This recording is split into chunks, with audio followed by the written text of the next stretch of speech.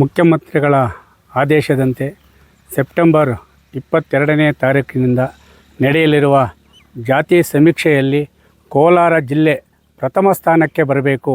ಯಾಕಂದರೆ ರೈತ ಪರ, ಕೂಲಿ ಕಾರ್ಮಿಕರ ಪರ, ಜಿಲ್ಲೆಯ ಅಭಿವೃದ್ಧಿ ಪರ ಪ್ರತಿದಿನ ಎಲ್ಲ ತಮ್ಮ ಪರಿಶ್ರಮವನ್ನು ಹಾಕುತ್ತಿರುವಂತಹ ಕೋಲಾರ ಜಿಲ್ಲಾಧಿಕಾರಿಗಳ ಡಾಕ್ಟರ್ ಎಮ್.ಆರ್. ರವಿ ಸಾಹೇಬರ ಸಮ್ಮುಖದಲ್ಲಿ ನಡೆಯುತ್ತಿರುವ ಜಾತಿ ಸಮೀಕ್ಷೆ ಎಲ್ಲ ತಾಲೂಕಿನ ದಂಡಾಧಿಕಾರಿಗಳು, ಎಲ್ಲ ಸರ್ಕಾರಿ ನೌಕರರು ಈ ಜಾತಿ ಸಮೀಕ್ಷೆಗೆ ಸಹಕರಿಸದಂತೆ ನಮ್ಮ ಕೋಲಾರ ಜಿಲ್ಲೆಯ ಎಲ್ಲ ಜಾತಿ ಪಂಗಡಗಳ ಮುಖಂಡರಲ್ಲಿ ಮತ್ತು ಜನಸಾಮಾನ್ಯರಲ್ಲಿ ರೈತ ಸಂಘದಿಂದ ಕೈ ಮುಗಿದು ಬೇಡ್ಕೊಳ್ತಾ ಇದ್ದೀವಿ.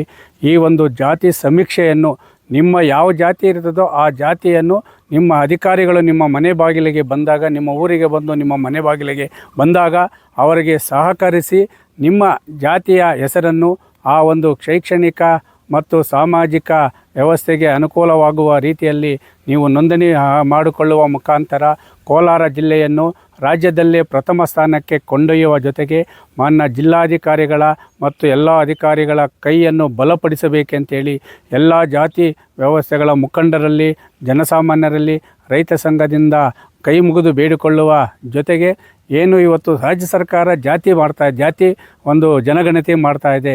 ಅದು ಒಳ್ಳೆಯದೋ ಕೆಟ್ಟದ್ದೋ ಅದು ಆಮೇಲೆ ಇದಾಗ್ತದೆ. ಯಾಕಂದರೆ ಅದಕ್ಕೆ ಪರಿಣಿತರಿದ್ದಾರೆ, ಕಾನೂನು ತಜ್ಞರಿದ್ದಾರೆ. ಆದರೂ ಸಹ ನಾವು ಕೇಳ್ತಾ ಇರೋದಿಷ್ಟೇ, ಯಾವುದೇ ಗೊಂದಲಗಳಿಲ್ಲದೆ, ಯಾವುದೇ ರೀತಿಯ ಅಹಿತಕರವಾದಂತಹ ಸನ್ನಿವೇಶಗಳು ನಡೆಯದಂತೆಯೇ ಮಾನ್ಯ ಜಿಲ್ಲಾಧಿಕಾರಿಗಳ ಹೆಸರನ್ನು ಮತ್ತು ಆಯಾ ತಾಲೂಕು ಆಡಳಿತಾಧಿಕಾರಿಗಳ ಮತ್ತು ಎಲ್ಲ ಅಧಿಕಾರಿಗಳ ಹೆಸರನ್ನು ಜಿಲ್ಲಾಡಳಿತ, ತಾಲೂಕಾಡಳಿತ ಕೋಲಾರ ಜಿಲ್ಲೆಯಲ್ಲಿ ಎಲ್ಲ ರೀತಿಯಲ್ಲಿ ಪ್ರಥಮ ಸ್ಥಾನದಲ್ಲಿ ಬಂದಂತೆಯೇ ಇವತ್ತು ಜಾತಿ ಗಣತಿಯಲ್ಲೂ ಸಹ ಪ್ರಥಮ ಸ್ಥಾನದಲ್ಲಿ 31 ಜಿಲ್ಲೆಯಲ್ಲಿಯೂ ಸಹ ಪ್ರಥಮ ಸ್ಥಾನಕ್ಕೆ ಬರಬೇಕು.